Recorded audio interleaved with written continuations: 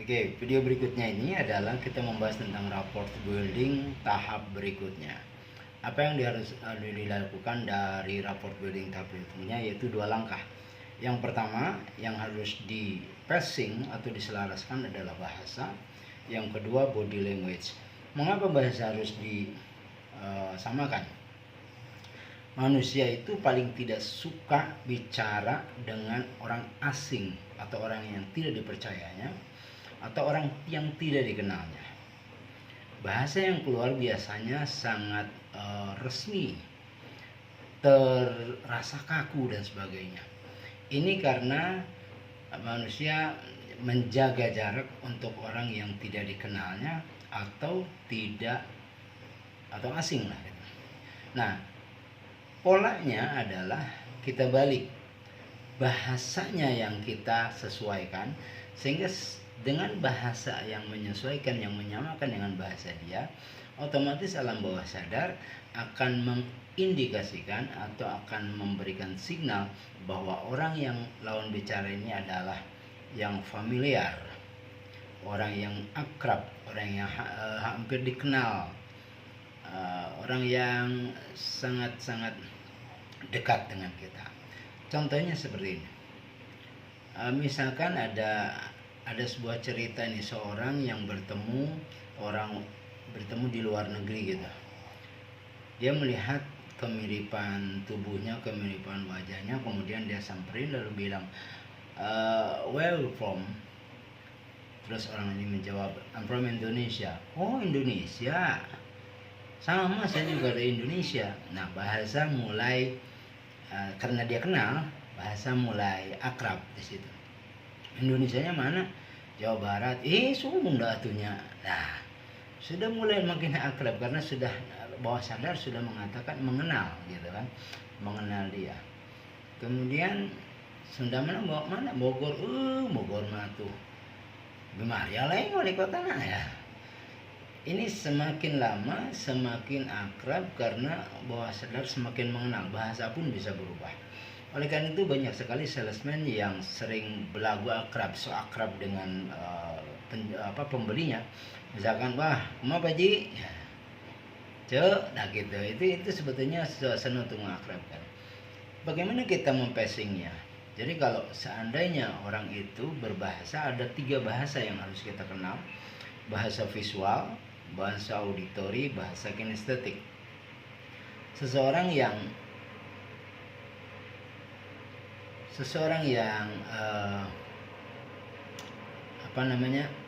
bahasa visual itu cenderung mengatakan hal-hal dengan kata kerjanya berdasarkan penglihatan. Berarti kan sejauh yang saya lihat, nah gitu, saya membaca hal tersebut gitu, atau bentuknya kayaknya seperti, nah semua kata-kata itu berasal dari indera penglihatan, bentuknya, warnanya, sejauh yang saya lihat gitu.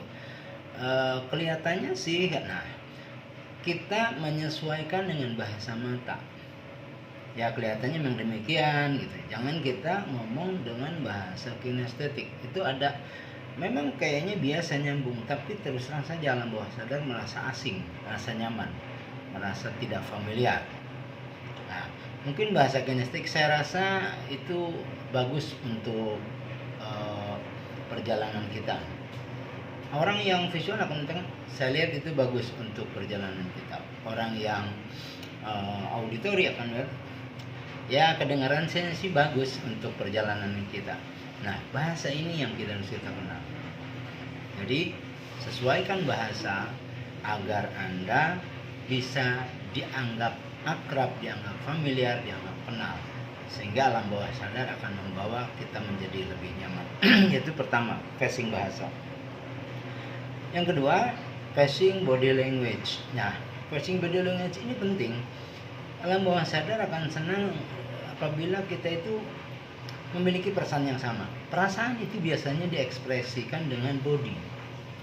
Nah, alam bawah sadar itu sebetulnya melihat bukan hanya kata-kata verbal saja, non verbal juga dia perhatikan. Ada orang yang cemberut gitu, alam bawah sadar tahu itu ada defense atau ada penolakan, dia sedang marah misalnya. Nah, membaca hal itu, jadi Anda bisa percaya bahwa body language itu menggambarkan isi hati. Oke, saya barusan membuat sebuah kalimat yang saya menggunakan bahasa alam bawah sadar. Tadi saya katakan Anda bisa percaya, tapi tangan saya menunjuk ke arah saya. Alam bawah sadar Anda itu connect bahwa yang harus dipercaya itu yang ditunjukkan. Nah, itu contoh bahasa alam bawah sadar dengan melihat nonverbal, bahasa nonverbal. Nah, bahasa kayak misalkan orang itu berbicara sambil gini, saya pikir-pikir, nah kita juga harus ngikutin gitu kayak gini. Cuma jangan sekali-kali terdeteksi kita itu ngikutin seolah-olah kayak ngeledek gitu ya. Maka ada jeda atau mungkin ada gerakan yang tidak langsung mirip gitu. Misalkan dia bilang, nah saya pikir-pikir jangan seperti itu deh, kita harus yang harus kita lakukan. Kita juga begini, kenapa ya? Nah, kita ngikutinnya seperti itu gitu. Kalau yang sama gitu, berarti kalau dia sedang berpikir, saya pikir-pikir, alam bawah sadarnya akan mengatakan bahwa kalau kita begini, kita juga sama sedang berpikir. Gitu. Kalau kita, hai apa kabar, nah wajahnya kayak gini, wah salah. Nah, jadi dia gembira, kita gembira, ada ekspresi. Samakan bentuk body language kita ini yang namanya mirroring.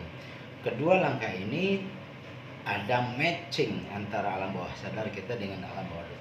Jadi matching mirroring ini gerakan dua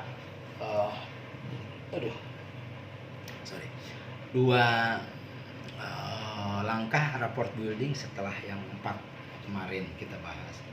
Lakukan bahasa yang sama, yaitu visual, auditif, kinestetik, atau bahasa daerah atau apapun itu, sehingga kita dikenal oleh alam bawah sadar sebagai orang yang familiar, bukan orang asing.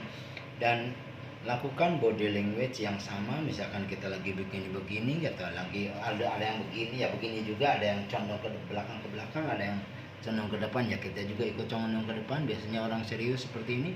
Nah, itu dilakukan oleh kita mengikuti gerakan dia, tapi ada jeda, jangan langsung mengikuti, mungkin ada beberapa detik dengan gerakan seperti tadi. Kalau saya pikir nggak begitu deh, nah kita ngomong bentar, iya ya, nah kita ngikutinya kayak gitu, jadi nggak langsung saya pikir begitu. Nah, jangan, kalau gitu kan ketara banget kita ngikutin dia gitu. Jangan ketara. Yang penting kita bisa menyamakan. Nah, pada berikutnya memang ada yang menyarankan untuk pola napas. Gitu. Pola napas bagaimana caranya bisa melihat kita napas kita teratur dengan dia? Kan kita hampir bisa nggak melihat, tapi ada orang yang lebih teliti, oh ya lihat ya teratur gitu ikutin. Nah, itu agak sulit. Terus terang aja, kalau ketika orang itu harusnya ngelihat bahunya kan, kalau ngelihat dadanya ya lebih mudah, tapi kita akan kesulitan kalau kita lawan jenisnya berbeda gitu.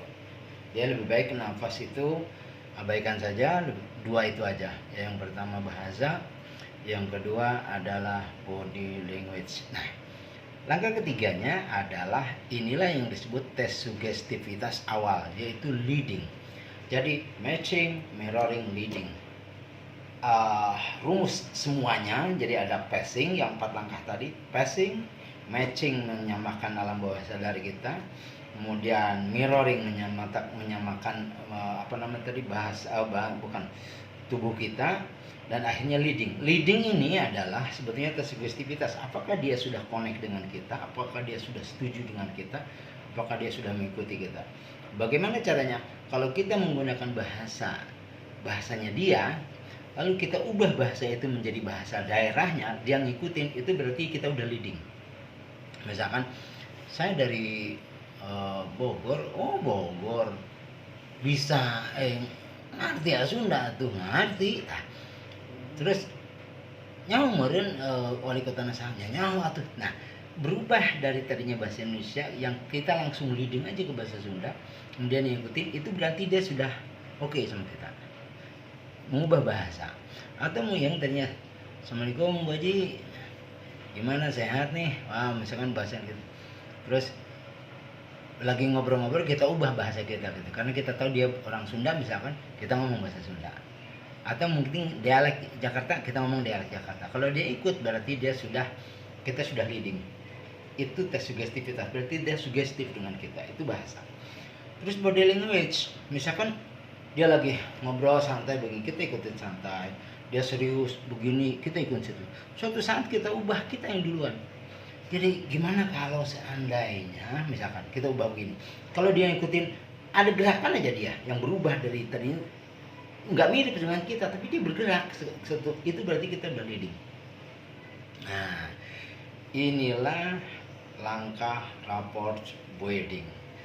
Praktekan, silakan Anda praktekan dengan lawan bicara Anda dimanapun, boleh ke anak, boleh ke orang tua, ke adik, ke teman, ke tetangga, ke teman sekantor dan sebagainya. Praktekan saja, karena biasanya orang ragu untuk mempraktekkan atau malah menganggap nggak penting. Itu tidak akan paham sama sekali bagaimana cara mempengaruhi orang. Anda tidak akan paham sama sekali bagaimana sebetulnya manfaatnya rapport building ini. Tapi begitu Anda tahu, begitu Anda mempelajari dan mempraktekannya, Anda akan sangat-sangat menikmati bagaimana mempengaruhi orang atau bagaimana cara berkomunikasi dengan orang dan kita leading dengannya. Demikian.